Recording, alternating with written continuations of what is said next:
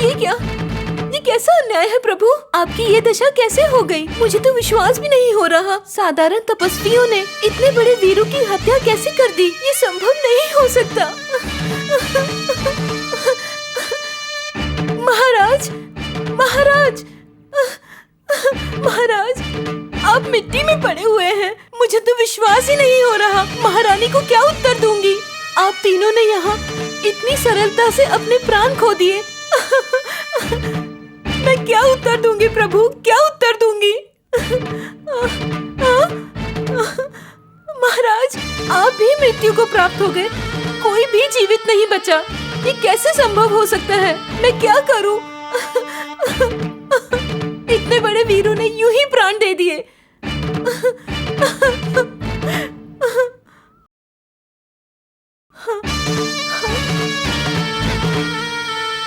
तुम पापी हो।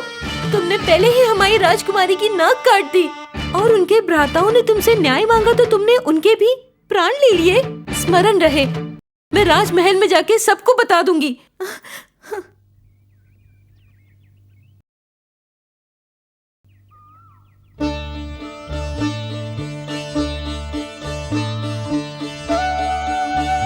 आइए महर्षि।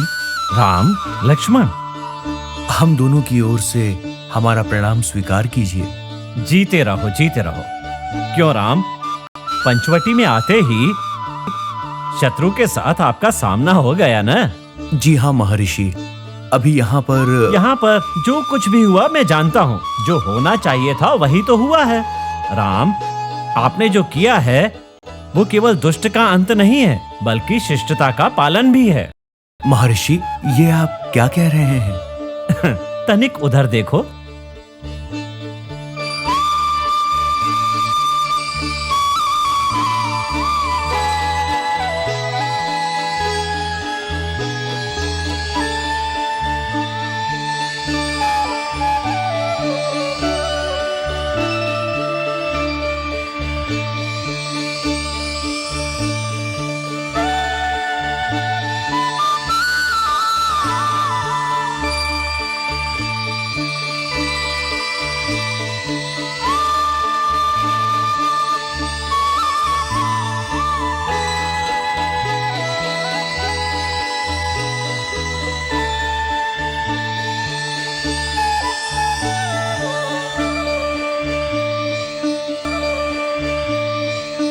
हे महर्षि, ये कैसा आश्चर्य है?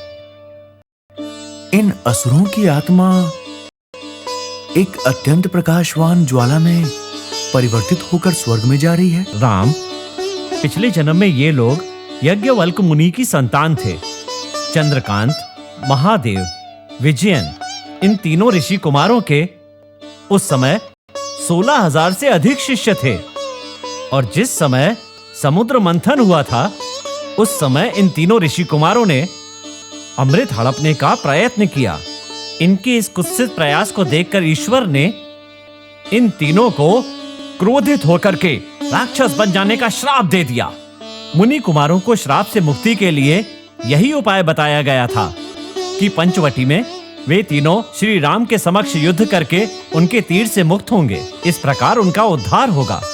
कैलाशनाथ के श्राप के कारण इन्होंने खरदूषण बनकर राक्षस योनि में जन्म लिया। विधि के विधान को अच्छी तरह जानकर ही आपके हाथों से मृत्यु पाकर श्राप मुक्त होकर वे पुण्य लोक में जा रहे हैं। राम, आपने जो अवतार लिया है, सत्य कहें तो दुष्टों के उद्धार के लिए ही लिया है। आपके भाई लक्ष्मण ने शूर्पणखा की नाक को काट करके भूमंडल के अधिपति रावण के सिर के मुकुट में से जैसे एक रत्न निकाल लिया है।